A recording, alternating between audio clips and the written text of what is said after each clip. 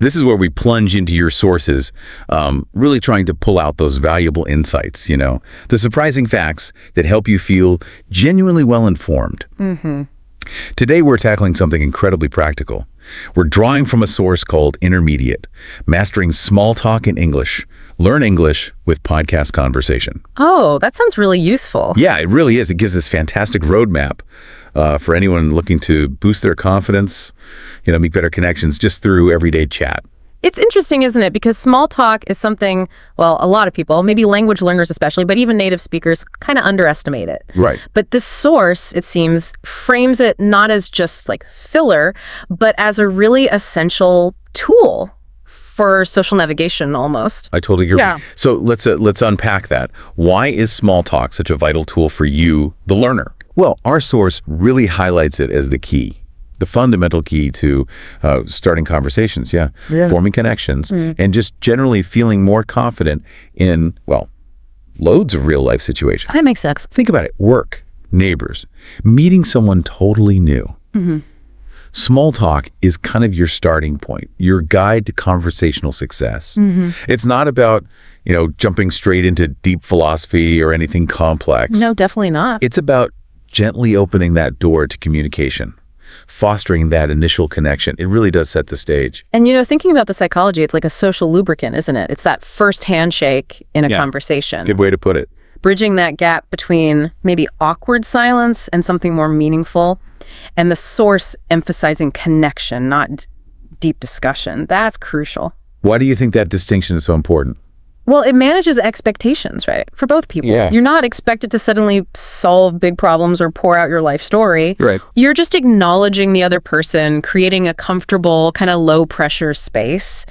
And, it also lets you quickly gauge someone's mood, maybe their interest, how open they are, before you commit to a longer chat. That's a really good point. Social calibration. Okay, so with that in mind, what exactly is small talk then? How does the source define it? It gives a pretty clear definition. Casual, polite conversation about everyday topics. Okay. Casual, polite, everyday topics. Yeah, and that's helpful because it narrows it down. We're talking things like, the weather. The classic. The absolute classic. Or weekend plans, maybe sports, or just a simple, how's your day going? Right. These aren't meant for huge debates. No, not at all. Their whole purpose is just to build that initial connection, that comfort. And here's something interesting for learners. Native speakers use these little exchanges constantly. All the time. Yeah, everywhere. On the bus, at the coffee machine. It's just woven into daily life. Which means for you, the learner, getting comfortable with it isn't just about sounding natural. It's about actually integrating into the social fabric where English is spoken. You unlock all these little daily practice opportunities. Exactly. It's that subtle social glue. It helps you feel like you belong, like you can participate. Okay, let's make this really concrete. The source gives a great little example, a quick chat between two coworkers. Super common scenario. It goes something like this. Morning. How was your weekend? Pretty good, thanks. I went hiking with some friends. Oh, nice. I'm mostly relaxed. Watched a movie and did some cleaning. That sounds perfect. What movie did you watch? A comedy on Netflix. It was hilarious. Cool, I'll check it out. Okay, simple, right.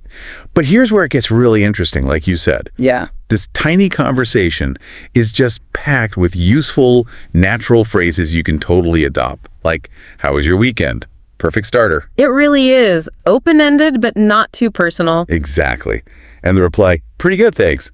Polite, positive. And it doesn't open the door to a long complaint session. Right. Keeps things light. And then I'm mostly relaxed. I like that one. It sounds so casual, relatable. Totally. You don't need to pretend you had some epic adventure. It manages expectations. Yeah. And then that sounds perfect. Such a simple way to show interest, right? It validates what the other person... Just makes them feel heard. Yeah. And finally, cool, I'll take it out. It's a nice, friendly bridge, not a hard stop. It implies, maybe we'll talk about this again later. A soft close. I like that. The source really knows it. The beauty is the simplicity and usefulness. These are like building blocks for comfortable chat. That's spot on. Linguists sometimes call it phatic communion, language used not really for information, but just to build those social bonds. With that communion. Yeah, it builds the structure for the interaction without needing complex grammar or vocabulary. And it really highlights that idea in small talk. Your attitude, your tone often matters way more than perfect grammar. That's such a relief for learners, I think. Definitely. It signals openness, friendliness. Okay, so people might be thinking, right, I get the how, but what do I actually talk about without it getting awkward? The content question. Yeah. Our source gives us 5 go-to topics, safe bets, basically. Things that keep the ball rolling without much risk. Okay, number 1, the undisputed champion, weather. Always the weather. Always. Simple, current, everyone experiences it. Bit chilly today, isn't it? Or looks like we might get some sun later. It's neutral ground. Perfect non-committal opener, too. Just testing the waters. Exactly. Number 2, weekend plans. Or past weekend, like in the example. Right. Got any plans for the weekend or do anything fun over the weekend? It shows interest, but politely. Not too nosy. And people can share as much or as little as they want. Precisely. Then there's TV or movies. Especially now with streaming, it's a huge shared experience. Seen anything good lately? Yeah. Great way to find common ground, get recommendations. Might lead to a slightly longer chat, still casual though. Okay, number 4, work or school. This one's obviously context dependent. For sure. But in the office or uni, asking, busy day today, or how's that project going, is total normal. Shows you're aware of their immediate world. Quick check-in.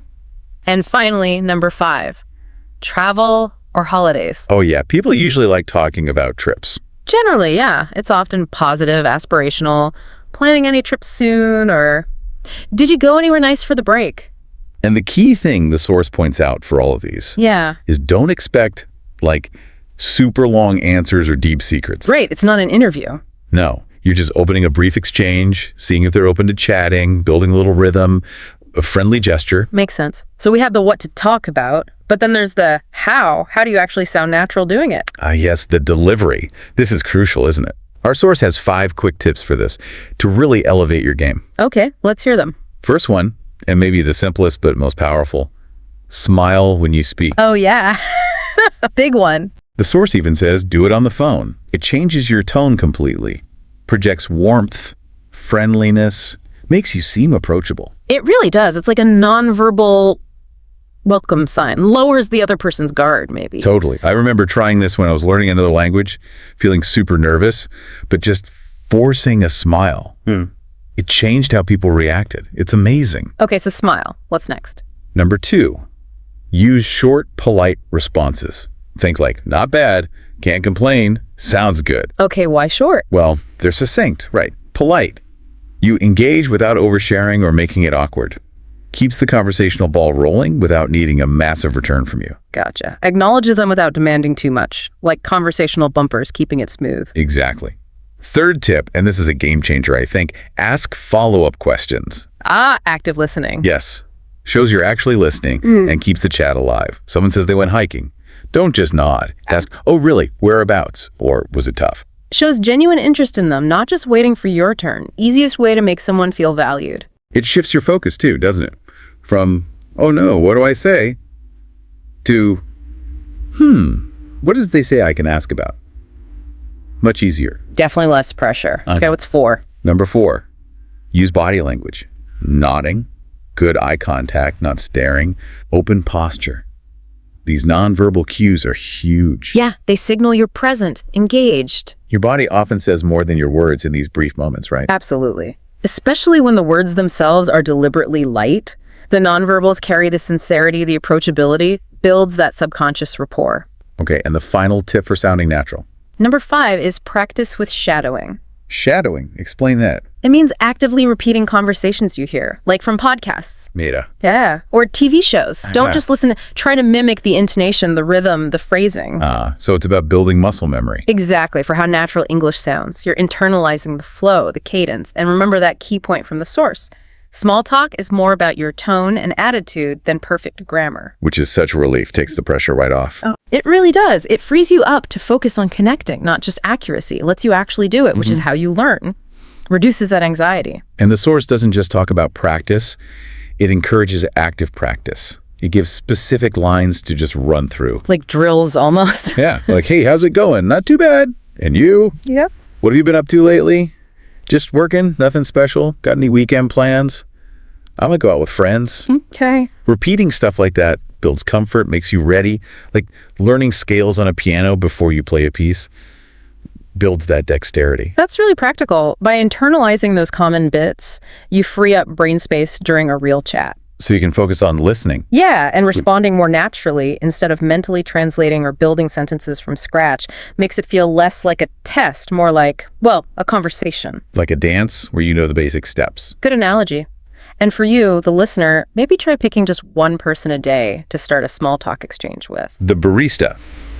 Okay. Colleague. Yeah, anyone. Use one of those safe topics. Practice a short, polite response. See how quickly it starts to feel more natural. Okay, so we've done a pretty deep dive here. Let's try and recap the core insights for everyone listening. Sounds good. First off, we learned small talk is that casual, everyday chat used everywhere. The focus, connection, and comfort, not deep discussion. Right. It's about being present, approachable, not necessarily profound. And sticking to those safe topics, weather, movies, weekends, it's a great strategy. Keeps it easy, low risk. Universal entry points, basically, non-controversial. Then, using those natural phrases, keeping a warm, polite tone, and crucially, asking simple follow-up questions. That's key to keeping it flowing and showing you're engaged. Being an active, interested participant makes the other person feel good. And finally, practice, practice, practice. Shadowing, repetition, those little daily interactions. That's what builds the real confidence and fluency. Turns theory into instinct. Makes it easier over time. So what's the bigger picture here? What does all this mean for you, the listener? Well, it means that small talk, even though it seems small, it's actually a super powerful tool. Yeah. How so? For building relationships, for starters, and definitely for improving your English fluency just through sheer volume of interaction. It's the groundwork for connection. So it's not just about language skills, it's about social skills. Yeah. Navigating the world with more confidence. Exactly. It's like your social passport. It opens doors you didn't even know were there. It helps build that subtle trust, even subconsciously. It's the glue, really. The social glue. I like that.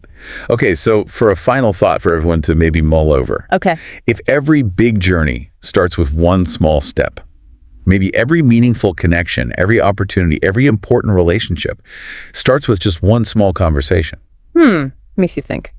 Small talk isn't just, linguistic gymnastics. It's that social lubricant we talked about.